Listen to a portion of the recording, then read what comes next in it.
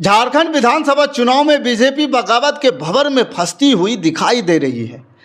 अब तक बीजेपी दूसरे दलों पर परिवारवाद का आरोप लगाती थी, लेकिन झारखंड में बीजेपी ने टिकट देने में परिवार का विशेष ध्यान रखा है और इसी के चलते पार्टी में बड़ी बगावत हो गई है। बगावत से संकट में सिर्फ बीजेपी ही नहीं दिखाई दे रही है, बल्कि उनके सहयोगी आजसू, जदयू, एलजेपीआर तीनों में ही बगावत का अलार्म बज रहा है। बीजेपी के साथ जाने की कीमत इन दलों को भी चुकानी पड़ रही है। हालात यह हो गया है कि बीजेपी ने झारखंड में उम्मीदवारों का ऐलान किया तो बीजेपी के साथ आजसू में भी बगावत हो गई। चुनाव में कमजोर पड़ते एनडीए को लेकर के आज हम अपनी विशेष खबर में बात करेंगे, विशेष चर्चा करेंगे। दोस्तों नमस्कार, मैं हूं पवन चंचल और आप देखना शुरू कर दिए हैं जन जोश न्यूज़। अगर आप इसे फेसबुक पे देख रहे हैं तो फॉलो कीजिए और यूट्यूब पे देख रहे हैं तो सब्सक्राइब जरूर कर लीजिए। साथ ही साथ घंटी का बटन जरूर दबा दीजिए ताकि हमारा सारा नोटिफिकेशन आपको सबसे पहले पहुंचे।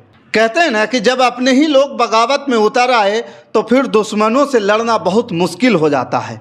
जिस प्रकार से राम के घर में विभीषण हो गए थे, उसी प्रकार से झारखंड बीजेपी में विभीषण तैयार हो रहे हैं और दल छोड़ करके दूसरे दल में शामिल हो रहे हैं।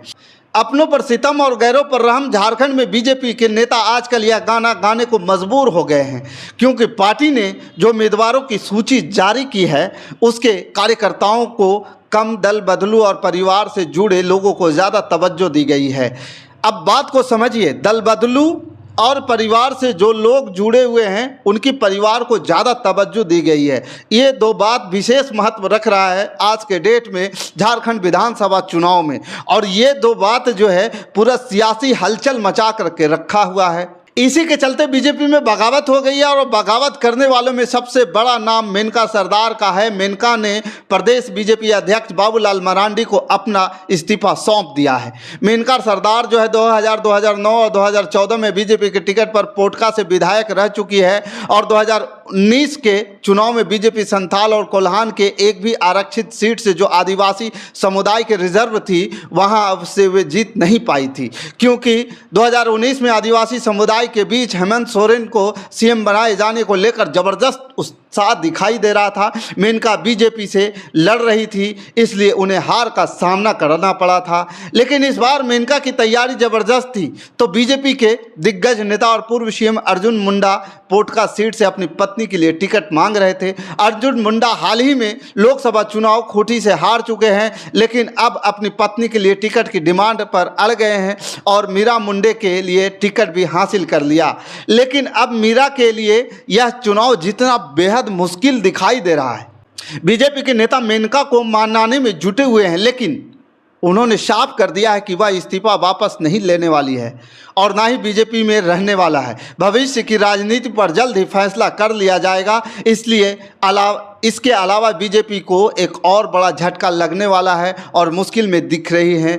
पूर्व सीएम चंपई सोरेन 6 महीने पहले एक बीजेपी के नेता दावा करते घूम रहे थे कि इस बार चंपई सोरेन सरायकेला से चुनाव हारेंगे, उन्हें हमारा सामान्य कार्यकर्ता ही हरा देगा। लेकिन चंपई को बहुत बुरी तरह से हराना है तो यह काम गणेश महाकाली करेंगे। गणेश महाली 5 साल से सरायकेला सीट पर जनसंपर्क कर रहे थे। 2014 के विधानसभा चुनाव में वह चंपई से सिर्फ 1100 वोट से हार गए थे और दावा किया जा रहा था कि इस बार वह चंपई को आसानी से हरा देंगे।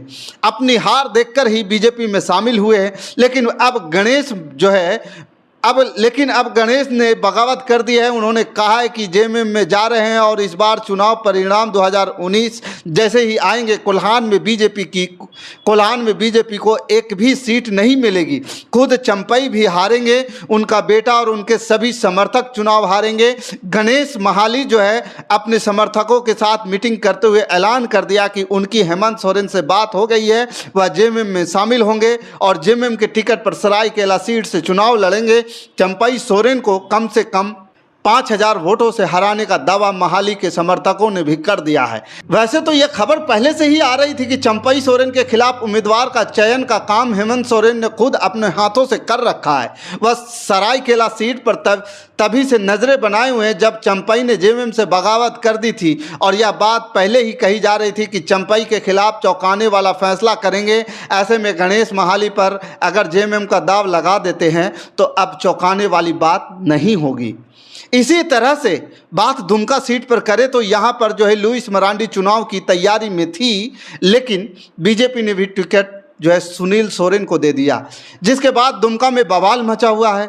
दोनों के समर्थक आपस में भिड़ गए हैं। अभी हाल ही में आजसू उपाध्यक्ष उमाकांत रजक जेएमएम में शामिल हुए थे और उनका चंदन कियारी से चुनाव लड़ना तय माना जा रहा है। इसके साथ ही बीजेपी विधायक केदार हाजरा भी जेएमएम में चले गए हैं। दरअसल इस बार बीजेपी में दल बदल को जम करके टिकट दिए गए हैं, तो परिवारवाद भी पार्टी में जमकर चला है। बीजेपी के उम्मीदवार की अगर लिस्ट देखें तो इसमें जमकर दल बदलू और परिवारवादी जो है छाए हुए हैं। 4 सीएम के पुत्र, बहू या पत्नी को टिकट दिया गया है। 2 पूर्व सीएम खुद ही चुनाव लड़ रहे हैं। पूर्व सीएम चंपई सोरेन जो जेएमएम से आए हैं वो सरायकेला से चुनाव लड़ रहे हैं। उनके बेटे बाबूलाल सोरेन को बीजेपी ने घाटशिला से टिकट दिया है और पूर्व सीएम अर्जुन मुंडा की पत्नी मीरा मुंडा पोटका से चुनाव लड़ रही है। पूर्व सीएम और उड़ीसा के राज्यपाल रघुवर दास की बहू जमशेदपुर सीट से चुनाव मैदान में है। अब जगन्नाथपुर सीट से पूर्व सीएम मधु कोड़ा की पत्नी गीता कोड़ा चुनाव लड़ रही है। 5वें पूर्व सीएम बाबूलाल मरांडी भी बीजेपी ने टिकट दे दिया है। जामताड़ा से विधायक थी, लेकिन बीजेपी ने उन्हें जामा से उतारा है। जेएमएम छोड़कर बीजेपी में शामिल हुई थी। पूर्व विधायक लोबिन हेम्ब्रम जो को भी बीजेपी बोरिया से टिकट दे दिया है। पहले दावा किया जा रहा था कि बीजेपी 40% विधायकों को टिकट जो है काटेंगे, लेकिन बगावत के डर से सिर्फ 3 विधायकों की ही टिकट काट पाई। और सिमरिया के बीजेपी विधायक कामेश्वर दास की जगह उज्जवल दास को उम्मीदवार बनाए गए। वहीं जमुआ में विधायक केदार हाजरा की जगह डॉक्टर मंजू देवी को टिकट दिया गया है। हाजरा तो पहले ही बीजेपी छोड़कर जेएमएम में चले गए थे, इसलिए उनका टिकट काटना तय था। इसके अलावा कांके में विधायक समृत लाल की जगह पूर्व विधायक डॉक्टर जीतू चरण दास को उम्मीदवार बनाया गया है। बागमार विधायक ढुल्लू महतो लोकसभा चुनाव जीतने के बाद इस्तीफा दे चुके थे। अब उनके भाई शत्रुघ्न को बीजेपी ने टिकट दे दिया है और एक तरफ दल बदलू तो दूसरी तरफ परिवारवादी पर जो है बीजेपी ने जमकर दांव खेला है। बगावत के डर से विधायकों के टिकट भी नहीं काटे, लेकिन फिर भी बगावत थम नहीं रही है। जैसे सिर्फ बीजेपी ही बगावत से नहीं जूझ रही है, बल्कि बीजेपी की सहयोगी आजसू में भी बगावत हो रही है और आजसू की बगावत के पीछे भी बीजेपी ही दिखाई दे रही है। झारखंड में बीजेपी और आजसू का गठबंधन है और इस गठबंधन में आजसू को 10 सीट मिली है, लेकिन जो सीटें आजसू के कोटे में आई है वो उसे लेकर के विवाद जो है खड़ा हो गया है। पार्टी की मजबूत पकड़ वाली अब जो है तमाड़, चंदन कियारी, बड़का गांव, हुसैनाबाद, टुंडी हाट सीट बीजेपी और जदयू हिस्से में चली गई है। जबकि जहां आजसू की पकड़ कमजोर है, वैसी सीट जिसमें पाकुड़, मनोहरपुर, लोहरदग्गा, डोमरी शामिल है, आजसू को दे दी गई है। इसी से नाराज होकर उमाकांत रज्जक पार्टी छोड़कर जेएमएम में चले गए। जबकि गुंजल एकर, मुंडा कुशवाहा, शिव पूजन मेहता और भरत कांसी साहू, सतीश मेहता भी बगावत के संकेत दे रहे हैं। पार्टी के अध्यक्ष सुदेश महतो के लिए बगावत को थामना बेहद मुश्किल दिखाई दे रहा है। बता दें कि 2019 के विधानसभा चुनाव में आजसू एनडीए से अलग होकर के चुनाव लड़ी थी। तब तमाड़ से आजसू राम दुर्लभ सिंह मुंडा दूसरे स्थान पर और जेएमएम यहां से जीती थी। वहीं पार्टी छोड़ चुके उमाकांत रज्जक, चंदन कियारी और रोशन लाल चौधरी बड़का गांव में दूसरे नंबर पर थे। बीजेपी हर जगह तीसरे नंबर पर थी। उमाकांत तो जेएमएम में शामिल हो चुके हैं। इस बीच ये खबर आ रही है कि खिजरी विधानसभा क्षेत्र से आजसू की टिकट पर लड़ चुके पारसनाथ ओराम ने भी इस्तीफा दे दिया है। साफ है कि बीजेपी ने सीट बंटवारा इस तरह से किया है कि आजसू के वोटों को उसे फायदा मिल जाए। चुनाव में सहयोगी दल को भले ही फायदा मिले या ना मिले, लेकिन बीजेपी के सीटों की संख्या बढ़ जानी चाहिए और इसी के चलते सहयोगी दल में बगावत के हालात हैं। जो खेल आजसू के साथ खेला गया, वैसे ही बीजेपी ने जदयू के साथ भी खेल खेलना। जदयू के तरफ से 11 सीटें मांगी जा रही थी, लेकिन उसे सिर्फ 2 सीटें जो है दी गई। जदयू ने खीरू महतो ने लगातार वहां पे दावा कर रहे थे कि 2 सीट पर वह किसी कीमत पर चुनाव नहीं लड़ेंगे, लेकिन अब जदयू की नाराजगी के बीच 2 सीटों पर चुनाव लड़ने की तैयारी शुरू कर दी गई है। इसके बाद जदयू के कई नेता पार्टी छोड़ने की तैयारी में हैं। ऐसे में अब देखना दिलचस्प होगा कि आने वाले विधानसभा चुनाव में कौन किस पार्टी में और कौन से नेता जो है अब बीजेपी के साथ छोड़ सकते हैं, जदयू के साथ छोड़ सकते हैं और आजसू के साथ छोड़ सकते हैं।